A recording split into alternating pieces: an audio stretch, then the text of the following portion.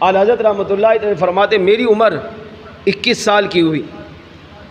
تو میں اپنے والد کی بارگاہ میں حاضر ہوا اور میں نے کہا ابا حضور اب میں چاہتا ہوں کہ میں کسی مرشد کامل کے ہاتھ پر ہاتھ دے کر بیعت کروں۔ اعلیٰ حضرت کے دادا اللہ کے ولی اور مفتی، اعلیٰ حضرت کے والد اللہ کے ولی اور مفتی، اعلیٰ حضرت خود اللہ کے ولی اور مفتی، اعلیٰ حضرت کے بیٹے اللہ کے ولی اور مفتی، چاروں پشتے ہیں، دادا، باپ، خود، اولاد، ولی بھی ہے ٹھیک، اور عالم نہیں، مفتی اعظم، ہندوستان بر صغیر پاک و ہند کے سب سے بڑے مفتی، پورا گھرانہ علماء، پورا گھرانہ اولیاء پر مشتمل، مگر کیا کہہ رہے ہیں؟ میں چاہتا ہوں کہ میں کسی مرشد کامل کے ہاتھ پر ہاتھ دے کر بیعت کروں۔ اعلیٰ حضرت رحمۃ اللہ تعالی علیہ کے والد اس وقت کے بہت بڑے شیخ حضور سیدی شیخ شاہ آل رسول رحمۃ اللہ تعالی علیہ کی بارگاہ میں لے کر گئے۔ اعلیٰ حضرت رحمۃ اللہ تعالی علیہ جب سیدی شاہ علیہ رسول رحمۃ اللہ تعالی علیہ کی بارگاہ میں حاضر ہوئے، سامنے آئے تو آپ کے والد نے عرض کیا کہ یہ میرا بیٹا احمد رضا ہے اور یہ چاہتا ہے کہ میں آپ کی بیعت کروں، میں اسے آپ کے حوالے کرتا ہوں، آپ اسے سلسلہ قادریہ میں قبول فرما کر غوث اعظم کی غلامی کا پٹہ اس کے گلے میں ڈال دیں۔ اعلیٰ حضرت رحمۃ اللہ تعالی علیہ کے والد شاہ علیہ رسول رحمۃ اللہ تعالی علیہ کے سپرد کر کے چلے آئے۔ آپ فارغ ہوئے، اپنے جو وظائف تھے، معمولات تھے، اس سے فارغ ہو کر واپس مسند پر تشریف لائے اور اعلیٰ حضرت فرماتے کہ مجھے مرشد نے سامنے بٹھایا، سب سے پہلے مجھے بیعت کروائی، فوراً اپنی غلامی میں لیا اور غوث اعظم جیلانی علی راما کا مجھے مرید بنایا۔ پھر وہیں بیٹھے بیٹھے مجھے فرمایا کہ بیٹا احمد رضا، آج سے ہم نے مسند خلافت یہ بھی تمہارے سپرد کی۔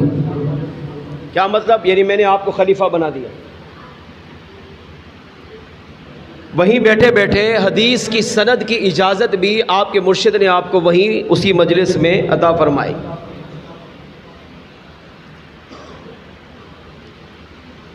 اب یہ چھوٹی باتیں نہیں ہیں۔ ابھی عمر کیا ہے؟ 21 سال۔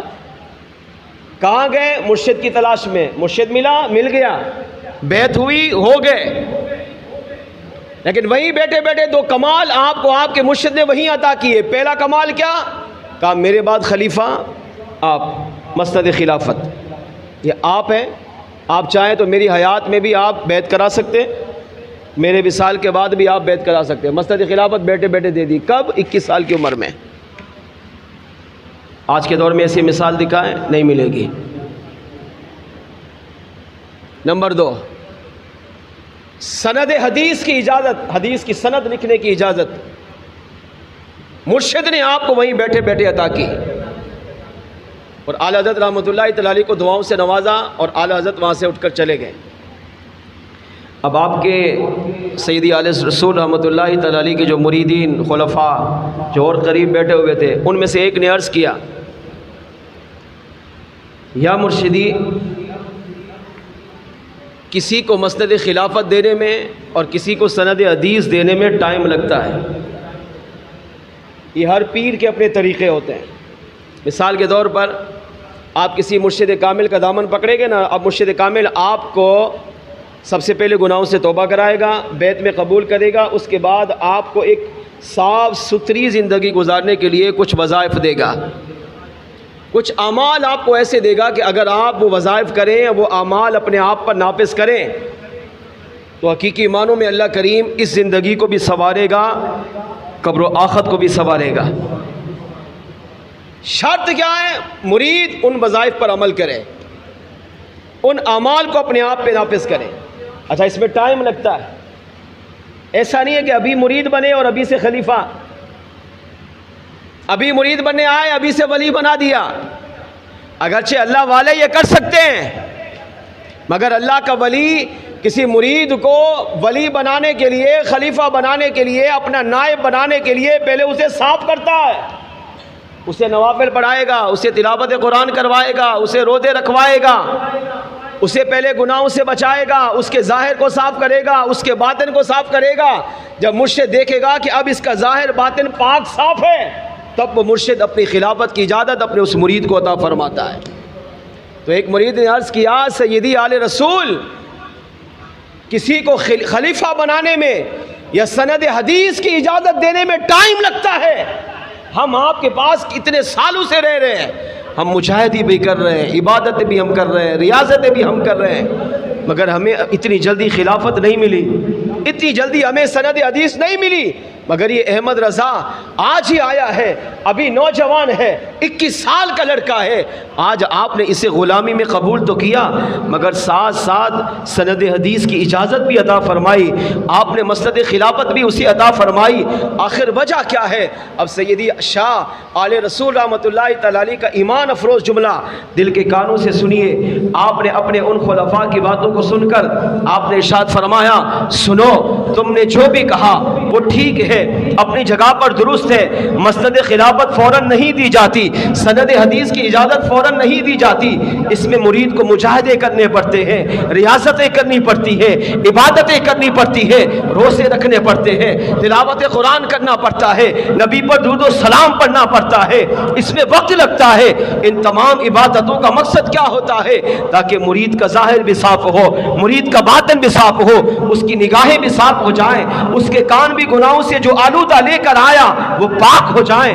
وہ آنکھیں جو گناہوں سے آلودہ لے کر آیا تھا، یہ عبادت کر کے، ریاضت کر کے اس کی آنکھیں گناہوں سے پاک ہو جائیں، وہ دل جو گناہوں سے آلودہ لے کر آیا تھا، وہ عبادت کر کے وہ دل گناہوں سے پاک ہو جائے، وہ نفس جو نفس بدکار لے کر آیا تھا، مرید کو عبادت مرشد اس لیے کرواتا ہے تاکہ اس کا نفس بدکار مر جائے، اس کا نفس امارہ لوامہ مر جائے، نفس امارہ مر جائے، نفس مطمئنہ اس کے دل کے اندر پیدا ہو جائے، اس کا نفس پاک ہو جائے، اس کا دل پاک ہو جائے، اس کی کانوں کی سماعت پاک ہو جائے، اس کی دل آنکھوں کی بصارت پاک ہو جائے۔ جب مسلمان، جب مرید یہ عبادتیں کر کے، ریاضتیں کر کے اپنے آپ کو پاک کرتا ہے، تب جا کر اسے مسند خلافت دی جاتی ہے، سند حدیث دی جاتی ہے۔ یہ ساری باتیں تمہاری اپنی جگہ پر درست ہے، مگر سنو، احمد رضا جب میری بارگاہ میں آیا تو میں نے آنکھیں بند کر کے احمد رضا کے کانوں کی سماعت کو دیکھا، اس کے کان گناہوں کی گندگی سے پاک تھے، میں نے اس کی بصارت کو دیکھا، اس کی آنکھیں گناہوں کی آلودگیوں سے پاک تھی، میں نے اس کے دل پہ توجہ ڈالی، اس کا دل گناہوں سے پاک تھا، میں نے اس کے نفس امارہ پہ توجہ ڈالی، اس کا نفس امارہ گناہوں سے پاک ہو چکا تھا، نفس مطمئنہ میں تبدیل ہو چکا تھا۔ جب احمد رضا اپنے ظاہر، اپنے باطن کو پہلے ہی سے پاک کر کے آیا ہے، تو اسی وجہ سے میں نے ایک مجلس میں اسے اپنی غلامی میں بھی قبول کیا ہے، اور اسے سند حدیث اور مسند خلافت کی اجازت بھی عطا فرمائی ہے۔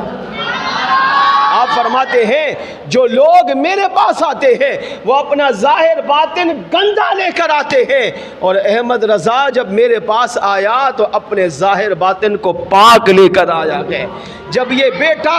ابھی جوانی کی عمر میں اتنا پاک وجود رکھتا ہے کہ اس کا ظاہر بھی پاک ہے، باطن بھی پاک ہے، فرمایا اسی وجہ سے میں نے اسے مسند حدیث بھی عطا کی ہے، سند حدیث کی اجازت بھی عطا کی ہے، اور مسند خلافت کی نعمت سے بھی احمد رضا کو مالا مال فرمایا ہے۔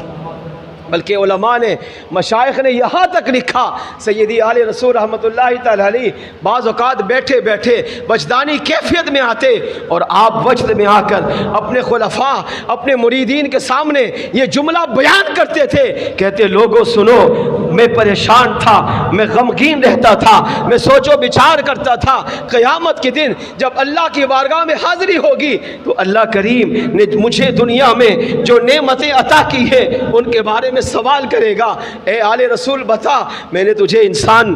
بنایا, تجھے مسلمان بنایا, مومن بنایا, عاشق رسول بنایا, اہل سنت کا امام بنایا, اپنا ولی بنایا, ولایت کا قرب عطا کیا. بتا تو نے میرے لیے کیا کیا؟ فرماتے میں سوچتا تھا میں قیامت کے دن اپنے رب کی بارگاہ میں کون سا منہ لے کر جاؤں گا, اللہ کی نعمت کا کیا شکر ادا کروں گا, اللہ کی بارگاہ میں کیا جواب دوں گا. فرمایا مریدین خلفاء سنو, جب بیٹا احمد رضا میری خلافت میں آیا ہے میرے دل کو تسلی ہو گئی, اب وہ غمگین, میرا غم دور ہو گیا, میری بے چینی, میری بے قراری دور ہو گئی. مرید نے پوچھا حضرت اس کی وجہ کیا ہے؟ آپ نے فرمایا اس کی وجہ یہ ہے کہ احمد رضا وہ پاکیزہ بیٹا ہے جس پر مجھے بھی ناز ہے. اگر قیامت کے دن اللہ کریم نے مجھ سے یہ سوال کیا اے آل رسول بتا دنیا میں یہ بھی نعمت دی, یہ بھی نعمت دی, یہ بھی نعمت عطا کی,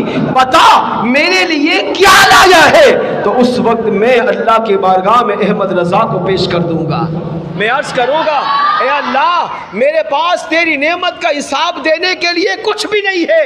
اگر میں تیری بارگاہ میں کچھ لایا ہوں تو وہ امام احمد رضا کو لایا. میں احمد رضا کو اللہ کی بارگاہ میں پیش کر کے اللہ کی بارگاہ سے یہ امید رکھتا ہوں کہ اللہ اس احمد رضا کے صدقے مجھے بھی بلا حساب و کتاب جنت عطا فرمائے گا. اس سے علماء نے لکھا پتہ یہ چلا مرید اپنے آپ کو ایسا بنائے, اگرچہ مرید اپنے پیر پر ناز کرتا ہے مگر امام احمد رضا وہ تھے جن پر ان کے مرشد کو بھی ناز ہوتا تھا, جن کے مرشد ان پر ناز کرتے تھے کہ قیامت کے دن اللہ کی بارگاہ سے چھٹکارا پانے کا بہترین ذریعہ امام احمد رضا خان کی ذات مبارکہ ہے. اس سے پتہ چلا اعلی حضرت رحمت اللہ تعالی علیہ وہ جن پر مرشد کو بھی ناز تھا. اس سے پتہ چلا اعلی حضرت وہ ہے کہ جن کا ظاہر بھی جوانی کی عمر میں بھی پاک تھا, جن کا باطن بھی پاک تھا, جن پر مرشد کو بھی ناز تھا, جو اللہ کی بارگاہ میں بھی مقبول تھے, مرشد کی بارگاہ میں بھی مقبول تھے, اور مصطفیٰ جان رحمت صلی اللہ علیہ وسلم کی بارگاہ میں بھی منظور نظر تھے. تو آئیے مل کر آپ بھی اعلی حضرت کے اس ترانے میں شامل ہو جائیں. یہ شان ہے اعلی حضرت کی, شان ہے اعلی حضرت کی, سردار کا عالم کیا ہوگا, یہ شان ہے اعلی حضرت کی, شان ہے اعلی حضرت. چاہے تو اشاروں سے اپنے کایا ہی پلٹ دے دنیا کی, چاہے تو اشاروں سے اپنے کایا ہی پلٹ دے دنیا کی, شان ہے اعلی حضرت کی, شان ہے اعلی حضرت کی, سردار کا عالم کیا ہوگا, یہ شان ہے اعلی حضرت